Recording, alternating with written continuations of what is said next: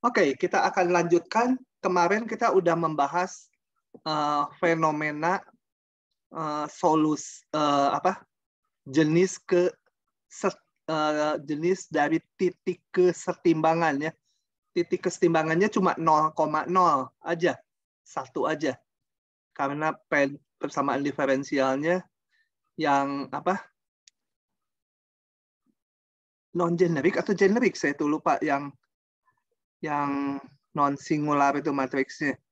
Nah ini determinan tidak nol, jadi solusi AX ini tunggal. Kalau tunggal solusinya hanya 0,0 gitu, generik ya. Kita hanya belajar yang generik. Nah, oke. Kemarin udah bahas jenis-jenisnya, ada knot, ada spiral, ada apa lagi? Satu lagi teh lupa, saddle gitu ya. Nah, nanti akan kita hitung. Kemarin baru dikasih aja gitu matriksnya dan langsung solusinya. Tapi sebelum sampai ke teknik mencarinya, kita harus belajar dulu ini. Coba kita lihat. Sistem persamaan diferensial ini, ingat X itu vektor dua komponen ya. Kita hanya belajar yang dua komponen. Nah, kemudian dilengkapi dengan syarat awal ini. Vektor ya, ada X itu terdiri dari dua komponen, X1, X2 itu. Disebut masalah nilai awal.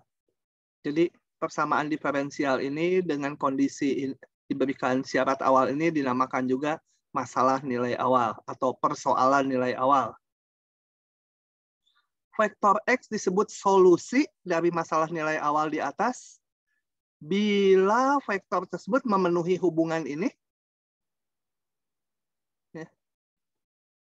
Dan juga kalau dimasukkan T-nya sama dengan T0, hasilnya vektornya ini, si X menjadi X0 ini gitu ya. Oke. Masalah nilai awal ini, tadi yang di atas, itu selalu mempunyai solusi tunggal. Dan berlaku untuk semua T anggota bilangan real. Ya, udah itu jaminan lah bahwa untuk apa jaminannya? Untuk ini. Jadi bahwa solusi masalah nilai awal itu selalu ada. Dan lebih lanjut, bila kita mencari solusi dengan metode apapun, solusi yang didapat pasti sama aja karena solusinya tunggal. Mau lewat jalan kiri, jalan kanan, jalan atas, jalan bawah, solusinya ya itu-itu juga. Karena harus tunggal solusinya. Oke, kita lihat sekarang yang sederhana sekali dulu persamaan diferensialnya ya, sistem ya. Di bab 10 kita belajarnya persamaan diferensialnya sistem. Sistem itu artinya terdiri lebih dari satu, dan kita hanya mempelajari yang dua aja ininya, komponennya. Fungsinya ya. Oke, diberikan persamaan diferensial, ini X1 fungsi T, X2 juga fungsi T, dengan turunannya memenuhi ini. Ini contoh yang sangat spesial, di ujian mungkin nggak keluar kayak gini. Kenapa spesial? Karena X1 dengan X2 lihat nggak saling terkait. Sebenarnya selesaikan aja sendiri-sendiri, beres gitu. Tapi untuk menjadi pengantar ke penyelesaian bentuk sistem, kita akan selesaikan ini dalam bentuk sistem persamaan diferensial. Meskipun sebenarnya nggak perlu untuk contoh ini. Oke, syarat awalnya diberikan si fungsi X1 itu waktu T-nya 0, nilainya 2, fungsi kedua ini. Begitu. Oke. Solusi umum, ini kan udah tahu kita nih. Udah pernah ya? Kalau berdiri sendiri gini, coba kita lihat aja, takutnya lupa. Tapi begitu saya tulis mungkin, oh yang itu gitu. Oke, kita lihat. Ini solusinya kan langsung aja gini. Sebentar kegeser.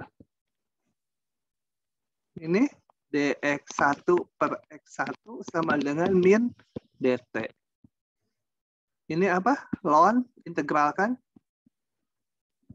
Ln x1 sama dengan min t tambah konstanta, gitu kan? Tapi kita bekerja dengan populasi, jadi nanti X1-nya selalu positif. Jadi hanya ditulis gitu. Kalau X1-nya asumsikan positif ya. X1-nya positif. Jadi X1 sama dengan E-T ditambah C sama dengan, ini saya ganti aja jangan C, huruf D. Ini mau saya ganti E pangkat min T kali E pangkat D sama dengan E pangkat D, sebuah konstanta baru. Jadi C E pangkat min T. C sama dengan E pangkat D, itu ya konstanta. Terus solusinya seperti ini. Kita lihat ini. Gitu ya. Cocok ya. Konstanta kali E pangkat min T. Itu solusinya. Ya, yang kedua sama aja. Konstanta, tapi ini pangkatnya ada min 3-nya ya. Oke. Nah, solusi umumnya masing-masing itu sekarang saya akan arahkan supaya ini menjadi sistem dan kita bekerja dengan vektor. Kalau ini kan nggak dengan vektor sendiri-sendiri. Dengan vektor, saya akan tuliskan kedua persamaan diferensial ini atau sebagai sistem, sebagai dx dt. Di mana vektor x ini adalah nanti x1, bawahnya x2 ya. X vektor dengan komponen x1, x2. A-nya itu x0-nya ini. X1-nya nggak saya sebut ya. Oh, ini X-nya. Baru disebut di bawah. Yaitu X1, X2. Harusnya ini disebut dulu, baru sebut A dan X0-nya. Oke, ini. Sama dengan tadi solusinya langsung ya. Ini ya. Ini, sistem ini. Sekarang ditulis sebagai sistem. Di mana X-nya itu X1, X2 seperti ini. Sama dengan A kali X. Betul nggak? Coba. Benar nggak? Coba cek dulu ah. Yang udah bisa ngitung dalam kepalanya ya betul gitu ya. Coba kita lihat. Ini. X1, dx1 dt, saya tulis sebagai vektor dx2 dt, itu ya. Sama dengan A-nya itu. Dapat dari koefisien ini ya. Koefisien X1 tuh min 1. Di sini nggak ada X2-nya, jadi 0. Yang di sini, komponen X1-nya nggak ada, X2-nya min 3. dx dt sama dengan A kali X1, X2. Itu kan kalau saya kalikan, ini balik lagi ke atas. Jadi atasnya min X1, kemudian baris 2 kali itu min 3X2. Nah, kita lihat nih. dx1 dt sama dengan ini. Kembali ke awal. dx2 dt sama dengan ini. Gitu ya. Jadi dalam bentuk matriks kayak gini, dengan A-nya tadi diambil dari koefisien-koefisien ini. Koefisien X1 dan X2-nya kita tulis. Ini juga koefisien X1, X2-nya. Kali X1, X2. Oke. Solusinya tadi adalah ini. Solusi si X1, X2-nya adalah X1 ini. Saya tulis vektor karena dua komponen. Ya, X1-nya ini tambah 0. X2-nya 0 ditambah ini. Oke, notasinya agak baru ya. Tapi kita harus ini sengaja diberi pengantar yang bentuk matriks karena nanti ininya saling terkait X1, X2-nya. Ini sih independen enak, jadi ininya banyak yang 0. Oke. Sama dengan dikeluarkan supaya jadi vektor basis aja ini. Nggak dikeluarkan juga sebenarnya nggak apa-apa. Ini nggak harus 1, 0 ya. 5, 0 juga boleh, karena ini konstanta ini belum ditentukan. Konstanta ini kan sembarang bilangan real. Kalau ini saya tulis B, itu konstanta B, ini diganti 5 dan 0 boleh aja gitu ya. Tapi yang penting kelipatan vektor 10 dan 01 dia. Untuk yang masalah ini saja, nanti yang lain mah ininya beda tentunya vektornya. Oke, ada notasi yang mau dituliskan. Sebut X1 ini yang tanpa konstanta fungsi ke-1. Dan X2 fungsi yang kedua ini. Tanpa konstantanya. Maka si solusi, ini kan solusi ini tadi. Kenapa solusi ini? Karena tadi kan kita tulis ini solusinya tadi dihitung. Cuma sekarang ditulis dalam bentuk vektor. Nah, maka si solusi, ini bukan maka, tunjukkan X1 dan X2 masing-masing solusi. Coba. Saya ambil ya. Saya ambil seluruhnya. Supaya kita nggak bolak-balik melihat tulisan itu. Ups, gede. Kecilin lah ya. Apa sekarang segini ada yang nggak kebaca di layarnya? Kalau nggak kebaca, saya perbesar ya. Supaya saya ada area untuk nulis. Tunjukkan X1 ini solusi dari ini dengan A-nya ini. Ya kita hitung aja ruas kiri dan ruas kanannya ya. Jadi saya punya X1 vektor sama dengan E pangkat min T kali 1, 0. Sama dengan, saya kembalikan lagi ke bentuk ini E min T, 0 gitu ya, sama aja. Saya hitung, kalau dia solusi, berarti harus memenuhi ini. Ya, saya hitung ruas kiri, hitung juga ruas kanannya. Ruas kirinya, dx1 dt sama dengan, turunin aja E pangkat min T menjadi min E min T ya. 0 diturunin, ya 0. Begitu.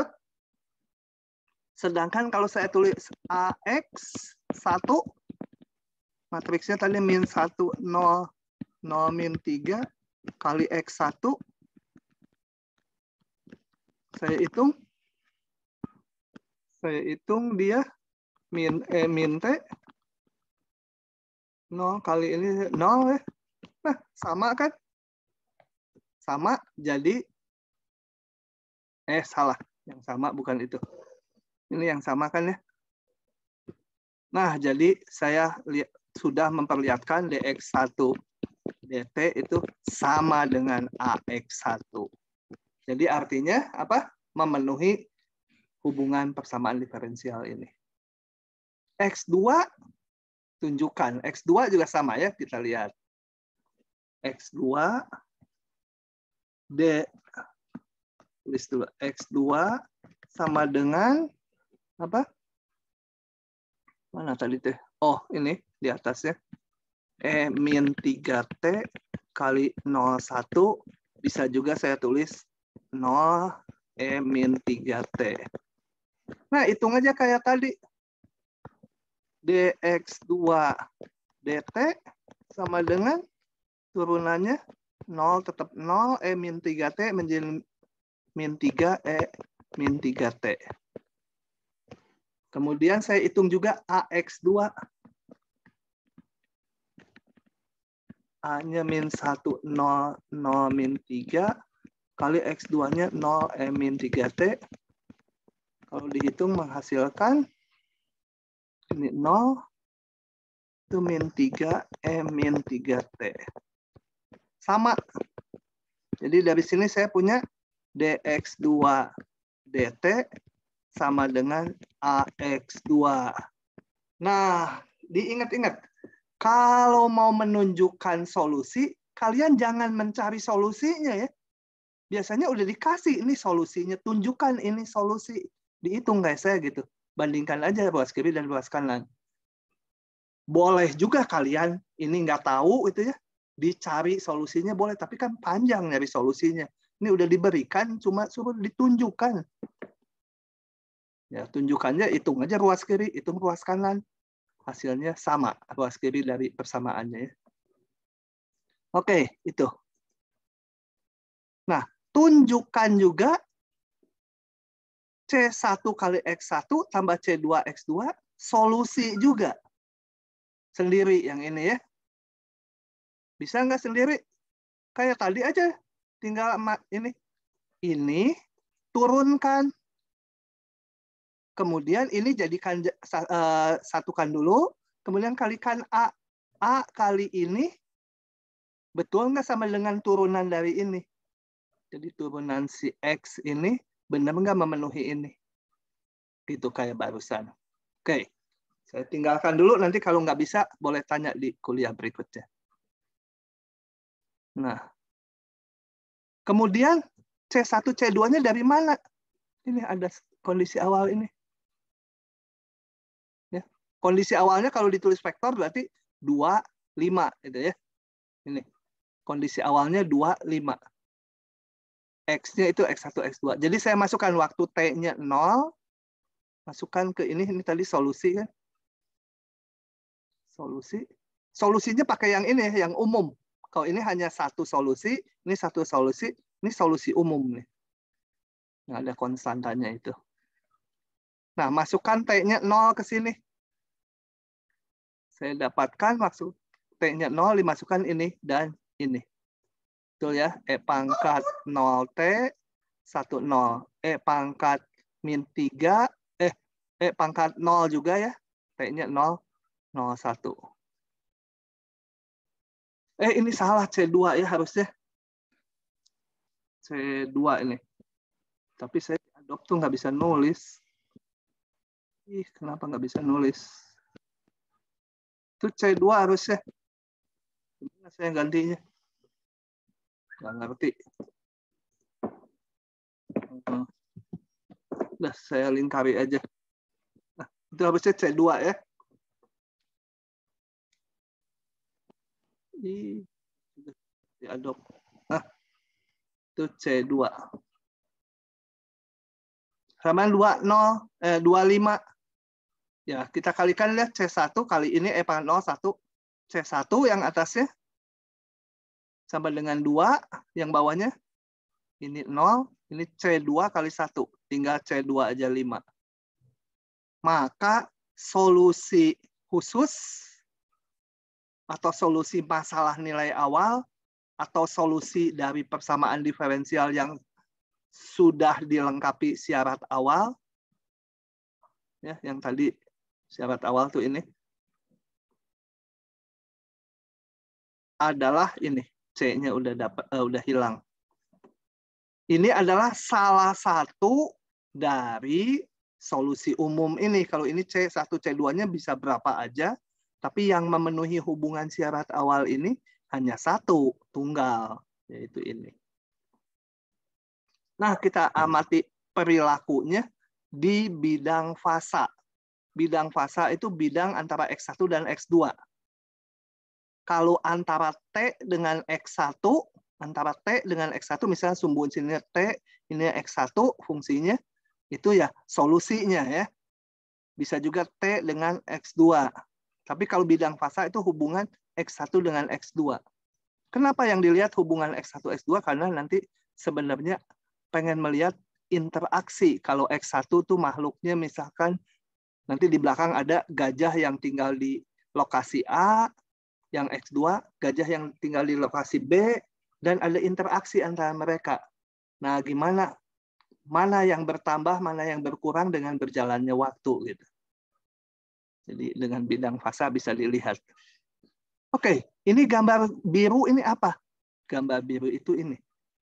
Saya akan lihat dulu solusinya. Solusi umum ya. Karena yang ini tuh hanya satu, yang merah ini. Tadi solusi umum saya lihat lagi. Wah, saya harus nge-crop lagi. Solusi umum, dan ini nih yang biru bawah juga penting. Bentar ya, harus saya siapkan dulu.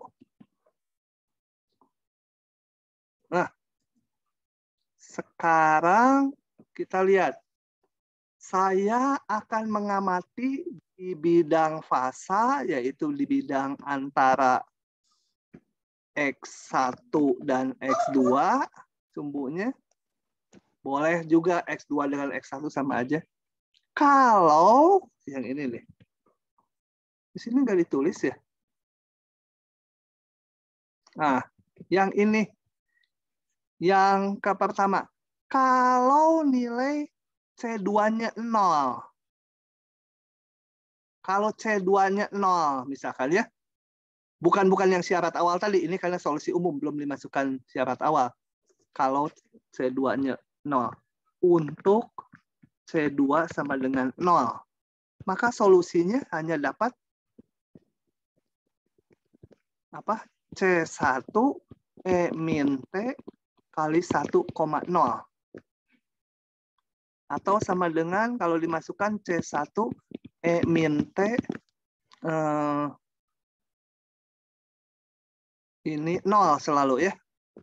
Kita lihat bahwa kalau populasi X1 mula-mula sekian, ya, maka kalau T-nya berjalan, T-nya naik nih. Ini akan makin kecil ya. Makin kecil. Kalau populasinya awalnya sekian. X1-nya, ini sebenarnya X2-nya nggak ada gitu. Jadi kenapa C2 0 tuh? Supaya ini komponen yang keduanya 0. Kalau populasinya mula-mula di sini, gitu ya. Ini jangan C2 lah, saya keliru dikit. Kalau X awalnya sama dengan X0-nya. Yang ini ada populasinya, sebutlah populasinya sebanyak, nggak tahu A, yang ini 0. Ya. Nilai X1-nya A, ininya 0. Jadi yang di sini saya masukkan apa? Nanti ini berbentuk A gitu ya. Karena waktu T-nya 0, ini harus jadi A. Yang kedua selalu 0. Ini A gitu. Nah, kalau populasi awalnya si X1 sebanyak A, si X2 0. Jadi di sini gambarnya ya. Posisi A, 0. Dengan berjalannya waktu, populasi 2 selalu 0. Populasi 1 bertambah. Berkurang karena E pangkat min T. E pangkat min T makin besar T-nya makin kecil kan. Maka dia akan populasinya kalau mulai di sini akan turun ke sana. Kalau mulai di sini juga akan turun. Jadi dia akan tergambar panah gitu. Semua populasi berapapun A-nya akan bergerak ke sana. Bagaimana kalau kita ngelihat secara matematik X1-nya A-nya negatif? Jadi populasi awalnya misalkan, ya sebenarnya bukan populasi ya, ini sekedar matematik aja. Kalau awal X1-nya bernilai minus di sini. X2-nya 0. Ini A-nya minus kali ini. Ini tetap dengan berjalannya waktu, maka ini akan makin kecil kan, E pangkat min T akan menuju, totalnya akan menuju ke 0. Jadi dia akan bergerak ke sana. Nah, itu adalah yang digambarkan di diktatnya ini. Kalau diperbesar, ini panah-panah. Sebenarnya menggambar bukan garis, kemudian dipanahin, bukan. Kalau di sini mulainya akan menurun. Di sini juga akan menurun. Pokoknya semua X1 yang mulai di sini akan menurun ke sana. Kalau mulainya di sini, jumlah X1-nya, dia akan menurun ke sana, menuju 0. Masuk akal, karena ini. Kalau T menuju tak hingga, ini menuju 0. X2-nya selalu 0. Paham tidak sampai situ, Putri Rengganis? Paham, Pak. Cuma notasinya baru ya. Notasinya baru. Ya mengingat-ingatnya nanti ujian harus. Abigail, paham nggak Abigail? Paham, Pak. Ngajar kelas ini enak. Kalau ngajar kelas ngulang, aduh. Kelas ngulang tuh saya kuis kelas udah sampai 7 kali. Karena mereka tuh kuliah jam 7. Jam 7 tuh baru masuk, mungkin sepertiga kelas. Kuis aja udah dadakan tiap kali. Kalau yang masuk dikit, kuis dadakan. Dan nekat aja. Yang ikut kuis tuh hanya dari 34, hanya 9 orang, 8 orang. Udah 7 kali. Ya sudah. Mungkin udah bosan di ITB. Feren, paham nggak Feren? Paham, Pak. Oke, lanjut ya. Yang kedua, yang gambar ini, kalau populasi awalnya X2-nya ada, ya jangan populasi lah, X2-nya aja itu ya. Karena kalau populasi, nanti kalian tanya, loh kok bisa minus populasinya? Berarti yang di neraka juga dihitung, gitu, yang di akhirat. Enggak. Ini kita sekedar hanya fungsi aja gitu ya.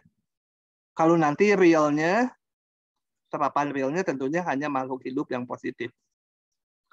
Nah, kalau mula-mula untuk tadi kan terdiri dari X1, X2. Kok ini? Itu mula-mula yang X1-nya 0, X2-nya ada sejumlah B itu. Sehingga solusinya kalau dimasukkan ini tadinya konstanta ya. Mana solusinya ini konstanta. Ini masukkan ke sini nih. Bukan, masukkan ke sini akan diperoleh nanti C1-nya 0, C2-nya itu sama dengan B. 0, 1. Sama dengan 0, B, E, min T. Nah, artinya apa? Kalau tadinya populasinya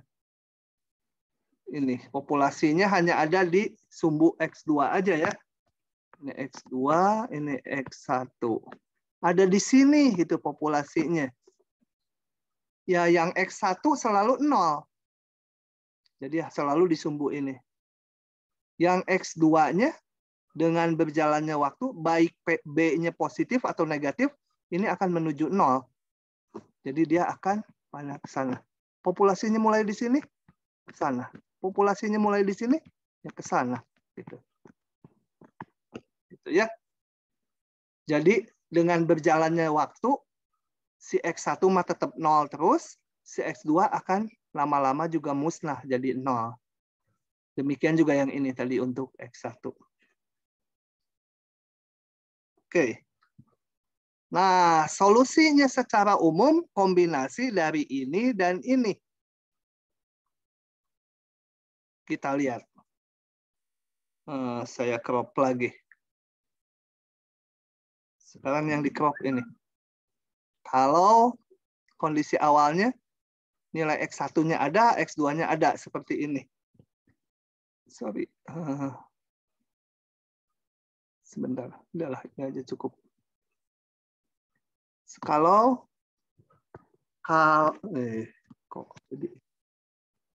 bila kondisi awalnya waktu 0, ini ada makhluknya A, B itu ya. A, ini jangan 0. Kita lihat tadi solusi umumnya berbentuk, jangan yang ini. Jangan yang ini. Yang ada C-nya mana sih? Solusi umum. Nah, yang ini. Solusi umumnya seperti ini. Nah, kita lihat gimana bentuk kurva solusinya. Kualitatif ya, X1, X2. Kita lihat bentuk yang ini. Kalau pada suatu saat populasinya sekian. Jangan populasi, aduh lupa aja. Jumlah X1 sekian, jumlah X2 sekian gitu ya. X1-nya sekian, X2-nya sekian gitu. Jadi di sini. Kita lihat dengan berjalannya waktu, maka kita lihat ini kalau dikali ke sini, si bagian yang pertama akan menuju 0 ya. Bagian yang kedua juga, ini kali 0 nggak ada. Bagian yang kedua juga akan menuju 0 karena E pangkat min T. Faktornya kalau yang ini E pangkat min T, yang ini E pangkat min 3T. Jadi dia akan menuju ke 0. Cuma di sini nggak tahu lengkungnya gitu atau gini. Gitu ya, tapi akan menuju 0. Nah, itu digambarkan oleh kurva-kurva ini. Jadi kalau populasi awalnya, sebentar.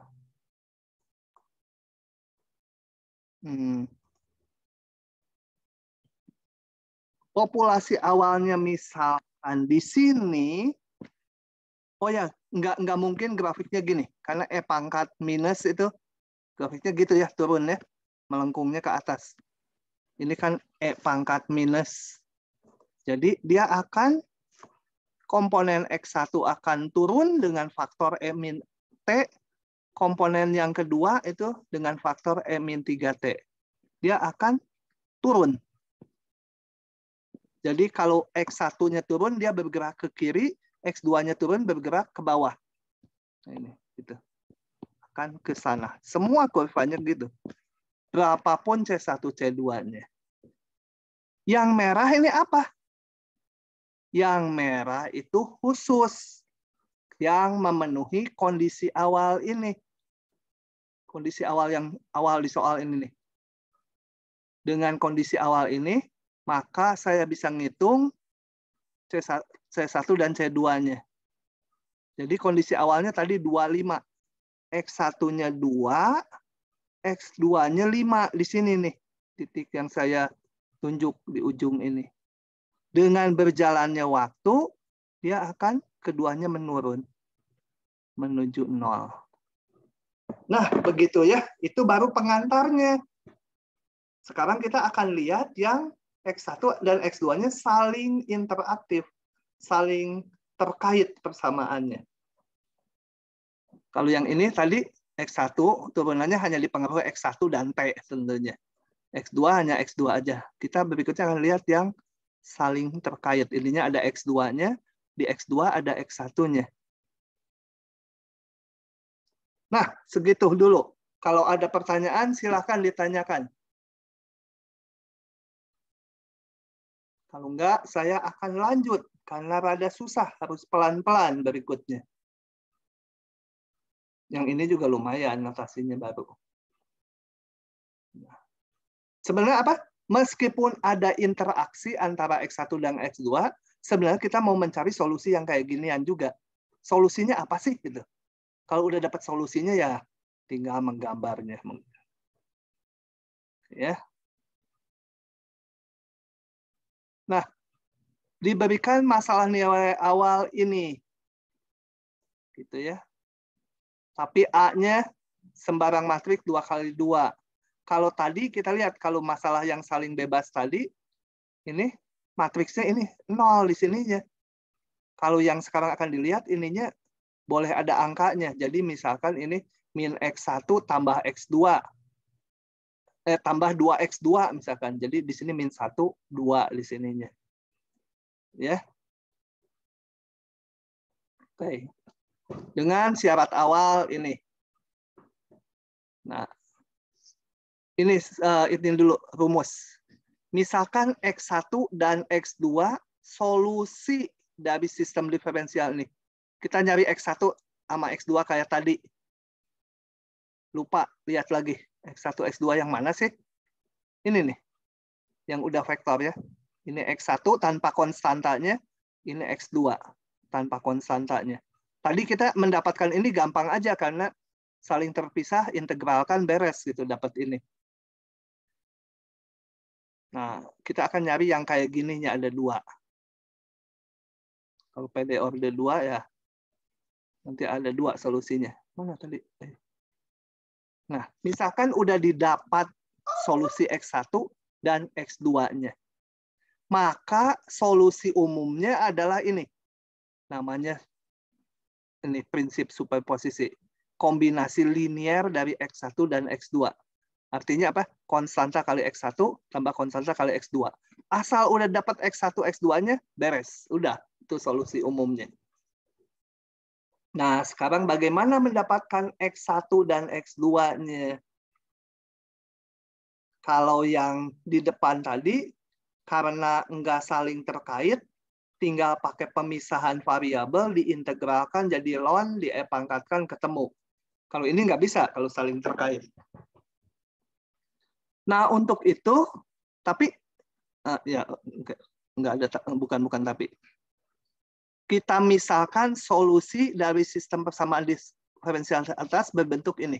Kita cari solusi yang bentuknya seperti ini. Idenya dari mana? Jangan ditanya ya, karena di luar skop perkuliahan ini. Hanya dicari yang kayak gini pasti bisa.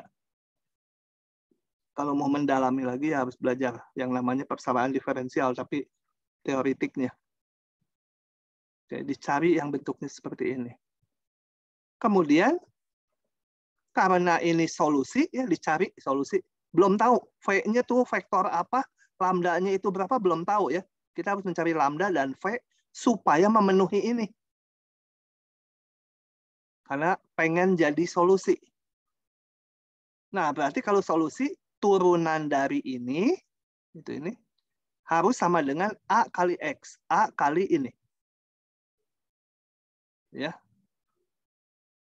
Oke, ini saya turunkan menjadi turunan ke T menjadi ini. Gitu kan? Yang ada T-nya ini. V-nya vektor konstanta aja ya. V-nya vektor konstanta aja. Jadi yang diturunkan E pangkat lambda T-nya menjadi ini. Lambda E pangkat lambda T. Luas kanan tulis aja, masih tetap. E pangkat lambda T nggak pernah 0.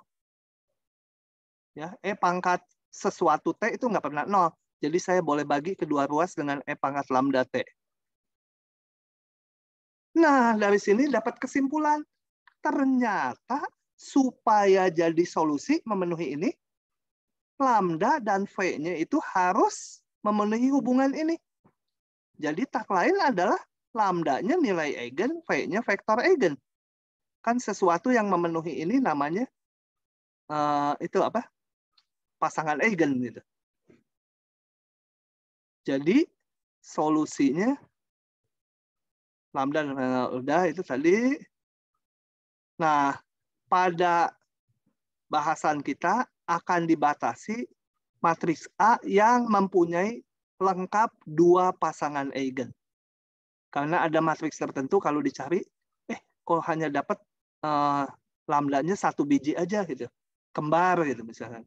Atau bilangan kompleks. Itu di luar skop kita. Nanti di soal-soal hanya dibatasi yang real dan pasangan eigennya lengkap ada dua. Nah, jadi saya udah dapat mana X1-nya? X1-nya E pangkat lambda 1T kali V1. Pasangan eigennya. Dan X2-nya E kali lambda 2T kali V2. Jadi kita tinggal nyari nilai dan vektor eigennya aja. Dapatlah solusinya. Bentuknya ini. Oke. Maka dari prinsip superfisi tadi, maka solusi umum adalah C1 kali X1 tambah C2 X2. Ya, ini tadi solusi yang dicari. Ada dua bentuk, tergantung lambda dan lambda 1 dan lambda 2. Begitu. Oke. Nah, sekarang akan kita lihat. Beberapa minggu lalu, di bab 7 kita mempelajari ada yang namanya null Klein ya. Sama sistem persamaan diferensial juga. Bahkan di bab 7 persamaan diferensialnya nggak harus linier. Sekarang akan dilihat yang linier tapi dengan sifat-sifat yang lebih mendalam. Oke, ini diingat-ingat ya. Jangan lupa bahwa persamaan diferensial sistem ini solusinya adalah ini dengan lambda 1, lambda 2 nilai eigen, V1, V2 vektor eigennya. Nah, kita lihat beberapa hal. Hubungan null Klein vs vektor eigen. Ingat tadi vektor eigen ini dan semua kelipatannya jadi solusi ya. Ini vektor eigen. Kita lihat ini. Perhatikan sistem persamaan diferensial ini. Nah, berikut ini disajikan grafik dari phase portrait. Phase portrait itu solusi umumnya, solusi umum. Jadi solusi ini untuk berbagai C1 dan C2. Jadi kalau A-nya udah diberikan, kita bisa ngitung lambda, bisa ngitung V1. Nah, semua kombinasinya untuk satu nilai C1 dan satu nilai C2, saya dapat satu kurva. Satu nilai C1 dan C2 yang lain, dapat satu kurva lagi. Itu kumpulan solusi yang biru. Oke, kita lihat ini. Oh, nggak bisa dikecilin. Ada teks yang harus dibaca. Nah, solusi umum yang biru ya. Nah, nanti menggambarnya belakangan ya. Oke, solusinya kadang gitu. Jadi, kok panahnya ada yang ke sana, kenapa panahnya nggak ke bawah gitu ya? Kenapa panahnya nggak semua masuk? Itu nanti belakangan. Tapi ini kita lihat secara umum kalau solusinya seperti ini. Kemudian ini digambar beserta null Klein-nya. Null Klein. Saya mau ambil. Oh, ntar setelah persamaan muncul. Apa keistimewaan dari perpotongan garis null Klein dengan phase portrait? Kita lihat di bawah berikut. Ini saya crop dulu. Sebentar ya. Rada susah notasinya baru ya. Ngikutinya rada bingung-bingung. Pertama saya ngajar 4 tahun lalu pakai ganti buku juga. Awalnya aduh lupa notasinya gitu. Coba pertanyaan pertama kita jawab dulu. Mana pertanyaannya? Ini penting nih untuk pengetahuan karena untuk menggambar solusi nanti di berikutnya.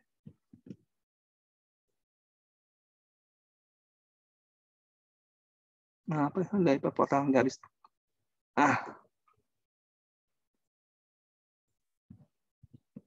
Oke. Ingat phase portrait itu solusi biru ini ya. Solusi biru. Saya tulis persamaan diferensialnya lagi. dx1 dt. Ada dx2 dt itu ya. Sama dengan tadi A11 A12 A21 A22 ininya X1 X2. Vektornya ditulis komponennya. Kita lihat. Ini kok kayak 0.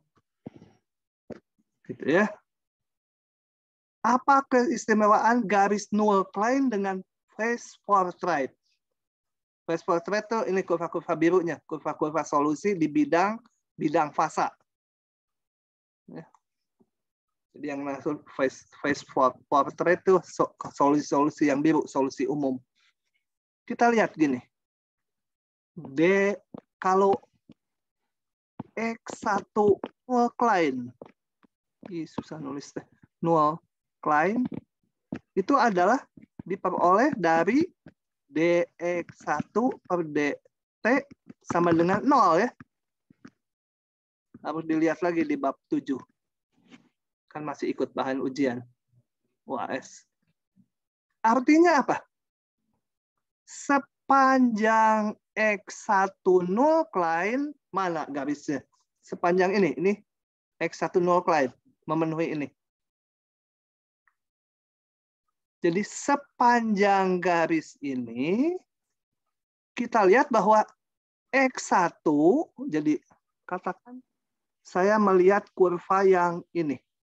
Salah satu kurva saya tiru ya. Saya ngambil kurva yang ini. Nah, kurva solusi, salah satu dari solusi umum. Kalau dia mengenai titik di sini, melewati garis X1 null Klein, maka ini haruslah garis singgungnya pakai warna apa ya? Yang kontras hitam. Ini haruslah tegak. Jadi nggak mungkin kurva solusinya gambarnya gini nih. Kena X1 0 client dia garis singgungnya gini, nggak mungkin. Kenapa harus tegak? Berarti pas di sini X1 nggak berubah lagi. Kan ini X1 0 client itu DX1 DT 0. Kalau DX1 DT 0 berarti X1-nya nggak berubah nilai. Kalau X1-nya nggak berubah nilai, berarti garis singgungnya harus tegak. Karena X1 konstan. X1 konstan itu kan ini. Ini sumbu X1. Kalau X1 konstan ya ini. X1-nya sekian. Kalau X1-nya sekian atau sekian. Gitu. Ya. X1-nya konstan. Jadi hanya di titik ini aja konstan tuh di titik yang ini. Kalau di luarnya sih berubah X1-nya juga. Nah, pas melalui ini dia harus gambarnya tegak, nggak mungkin miring kayak gini garis singgungnya. Gitu. Ya. Semua kita lihat kurva solusi yang melalui di sini tegak nih garis singgungnya. DX1 DT-nya 0, X1-nya nggak berubah. Pas di titik itu, kalau udah lewat ya berubah lagi X1-nya tentunya. Hanya pas di titik yang ini. Gitu. Sekarang kalau saya lihat X2 0 client. Itu artinya DX2 DT sama 0. Gambarnya itu sebuah garis juga. Kemarin udah ya di sebelah depan. Nah, ini katakan X2 0 client-nya ini. Artinya kalau solusinya pas melalui titik di sini kena ke X2 0 client, kurvanya harus lihat X2-nya nggak berubah. Kalau X2-nya nggak berubah, berarti harus horizontal. Kan kalau garis horizontal berarti X2-nya konstan, kan nggak berubah. Karena X2 turunannya 0, berarti X2 nggak berubah. Ini garis singgungnya harus mendatar. Semua lihat. Yang pas di X2 0 client, garis singgungnya mendatar. Semua. Yang di X1 0 client, semua tegak. Potongan garis singgungnya.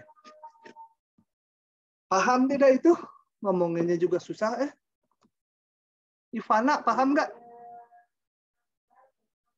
Paham, Pak. Hah? Apa?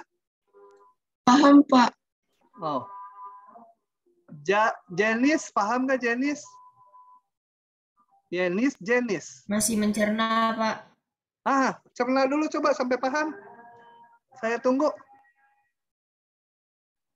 Yang mau dituju ini.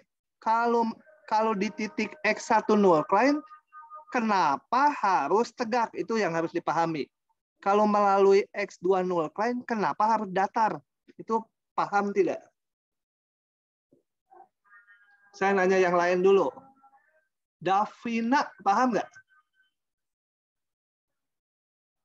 Mana Davina Hasya? Ngilang Davina. Halo, iya Pak. Paham nggak? Paham Pak. Beneran? Iya Pak. Tadi putus-putus Pak suara Bapaknya di saya. Maaf Pak. Oh, Ignatius, paham tidak? Masih mencerna juga, Pak. Nah, coba dicerna dulu. Kita pause dulu ya. Sekitar ini 54 sampai 58 ya. Sambil kalian amati. Yang harus diamati apa? Kalau kurva solusi melalui X1 0 client dia harus tegak. Kalau melalui X2 0 client harus datar. Nah, kenapanya itu harus dipahami. Kita lanjut lagi. Jenis, sudah paham belum? Kalau belum, biar nggak apa-apa. Belum, Pak. Belum. Kita lihat lagi sekali lagi ya. Kita lihat. Ya. Kenapa ada yang tanya? Gini. Ini yang biru itu kurva-kurva solusi. Gambar dari apa itu?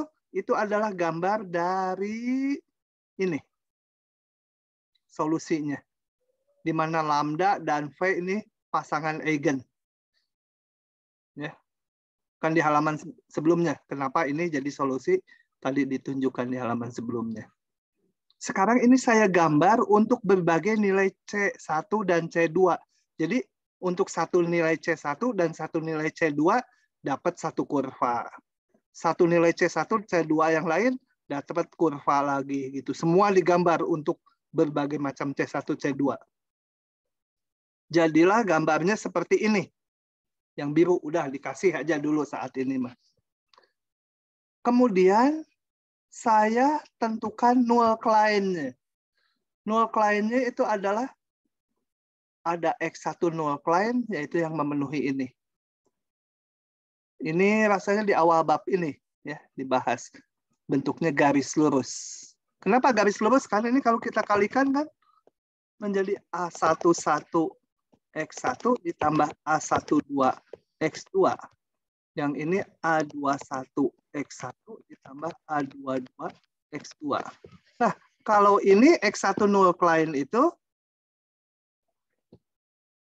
kenapa jadi mencong gitu? X1 null client itu ini sama dengan 0. Artinya ini sama dengan 0. Ini kan garis lurus. Sekian X1 tambah sekian X2 sama 0. Digambar di grafik X1, X2. Gambarnya garis lurus. Katakanlah X1 null client-nya yang ini. X2 null client-nya ini. Gambarnya yang ini. Nah, kita lihat. X1 null client itu diperoleh dari dx1 dt ini tadi sama dengan 0. Ini sama dengan 0. Kalau dx1 dt sama 0 artinya apa? Kalau berada di X1 null client sini, nilai X1 tidak berubah lagi, kan? Kalau turunannya 0 berarti kan nggak berubah X1-nya. Konstan. Kalau konstan X1-nya gimana? Sumbu X1 ini sumbu yang horizontal. Kalau konstan berarti harus tegak. Di sini haruslah tegak gitu. Potongan garis singgungnya. Di titik ini. Artinya apa? X1-nya nggak berubah. Kalau potongannya misalkan gini, gitu, kan ini mah berubah. Nilai X1-nya, arah horizontalnya berubah. Ini arah horizontalnya berubah. Kalau yang tegak, berarti arah horizontalnya, nilai horizontalnya ini, si X1 nggak berubah. Gitu. Ya. Kayak ini kegedean. Gitu ya di situ. Sedangkan kalau X2 null client ini, garisnya yang ini. Kalau kena di garis itu, solusinya yang biru-biru ini, maka nilai X2 nggak berubah. Kalau X2 konstan, gambarnya gimana? X2 nggak berubah, itu berarti X2-nya tetap aja konstan ya, nggak berubah lagi. Gambarnya garis ini. Horizontal. Karena kalau horizontal, itu kan X2 nggak berubah nilai. Begitu. Ya, nanti diamati lagi ya. Saya harus lanjut dulu, nanti nggak selesai. Banyak ini sekarang. Kedua, dua buah kurva solusi tidak mungkin berpotongan. Kenapa? Nggak pakai null client ya. Saya gambar aja ini. Kok merah sumbunya. Ini X1, ini X2. Ini tadi solusi umumnya kan X itu sama dengan C1 E pangkat lambda 1 T kali vektor eigennya yang ke 1 tambah C2 E pangkat lambda 2T kali vektor eigen kedua. Itu solusinya. Untuk satu nilai C1 dan C2, katakan solusinya seperti ini. Kemudian untuk nilai C1 dan C2 yang lain, solusinya gini. Nah, ini nggak mungkin berpotongan. Kenapa? Kalau dia berpotongan, katakan di titik A, B. Kalau nanti saya punya syarat awal untuk ini. X1 nolnya sama dengan A, X2 nolnya sama dengan B. Katakan awalnya di sini. Nah, nanti kalau dicari C1, C2 di sini kan hasilnya hanya 1. Nggak mungkin jadi 2 kurva. Jadi nanti yang di sini memenuhi solusi yang ini, juga memenuhi solusi yang ini. Nggak tunggal dong kalau gitu. Padahal udah ada jaminan di depan. Solusinya pasti tunggal. Jadi 2 buah kurva solusi tidak mungkin berpotongan. Yang biru itu nggak mungkin berpotongan. Kalau ini hati-hati, ini bukan solusi ya. X1 null prime dan X1 null prime dan X2 null prime itu bukan solusi. Yang solusi itu yang kurva-kurva biru. Ya, ini biru tua. Kalau ini bukan solusi. Ya. Tapi yang apa? Ya, yang ini yang turunannya masing-masing 0.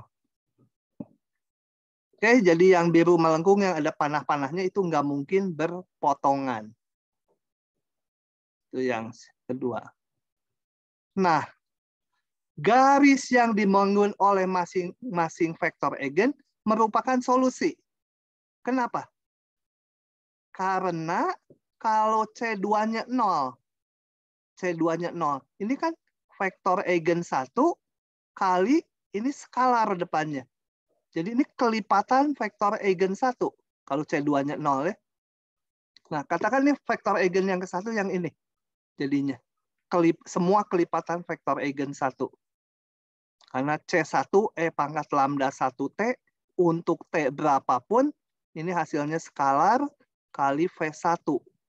Jadi kelipatan dari vektor eigen 1. Semua kelipatan dari vektor eigen 1, kecuali titik 00 sebenarnya nggak masuk. Karena vektor eigen nggak boleh 00. Juga kalau C1-nya 0, ini isinya semua kelipatan dari vektor eigen yang kedua. Kecuali 00 nggak boleh. Itu jadi solusi ya.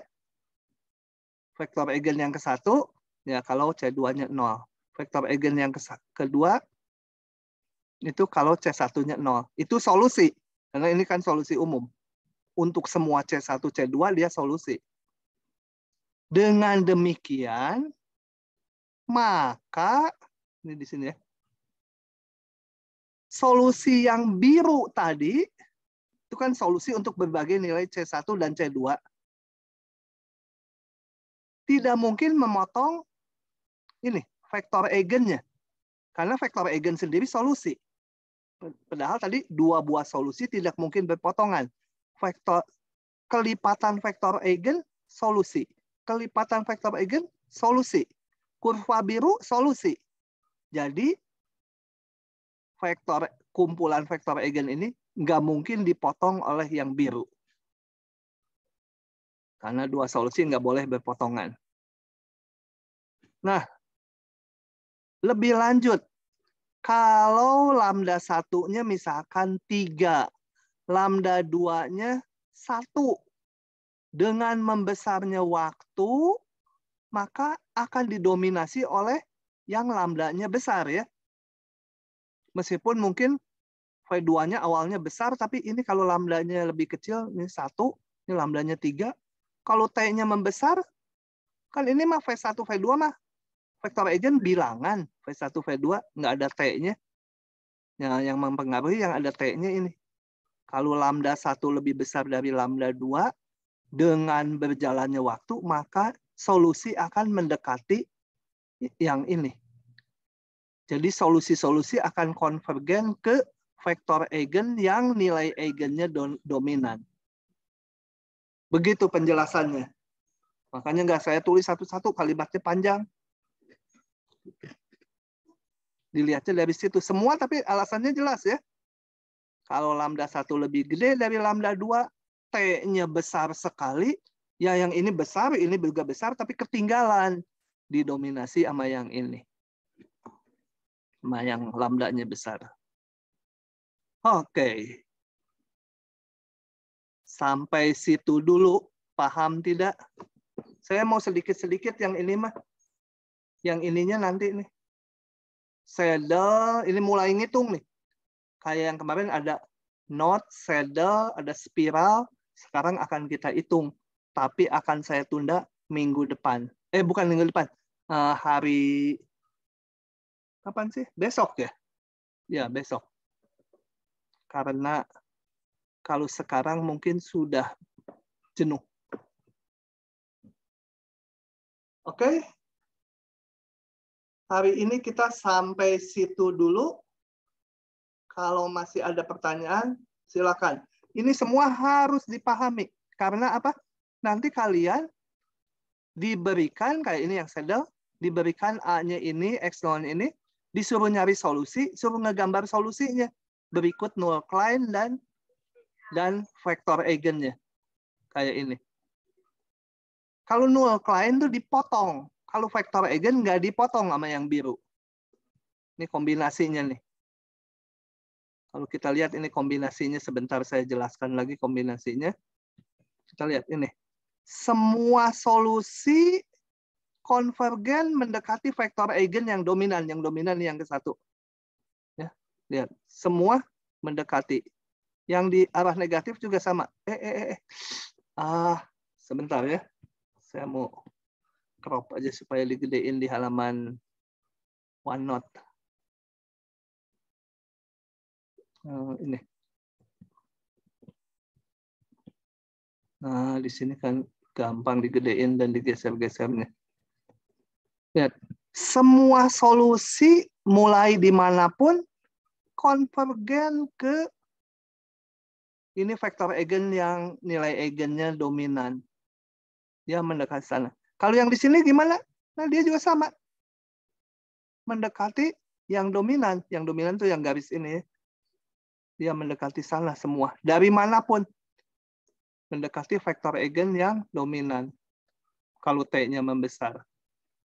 Vektor eigen yang nilai eigennya nggak dominan ditinggalkan. Kemudian pas melalui ini tadi X1 null Klein, solusinya garis singgungnya harus kelihatan tegak. Tapi kalau memotong yang X2 null Klein, dia singgungannya harus horizontal. Kemudian kurva ini, nilai eigen ini tidak pernah dipotong sama kurva solusi. Kenapa? Karena yang vektor eigen 2 ini juga solusi. Dan dua solusi nggak pernah berpotongan. Yang biru solusi, yang coklat solusi. Nggak mungkin berpotongan. Begitulah ceritanya. Oke, ada pertanyaan sampai sini? Atau mau dilanjut biar nanti cepat habis? Jangan nanti jenuh ya. Nanti waktu saya menjelaskan yang saddle, yang itu, kita ngitung lagi ngulang. Tapi dengan angka yang spesifik. Nanti kelihatan di sini. Tuh, udah spesifik angkanya. Jadi lebih gampang. Ya, yang sekarang ada yang nempel dulu pas membahas saddle gitu, udah pakai angka spesifik, udah masih ingat-ingat lah gitu sebagian tentang ini. Baik, sudah tidak ada. Saya stop ya recording-nya.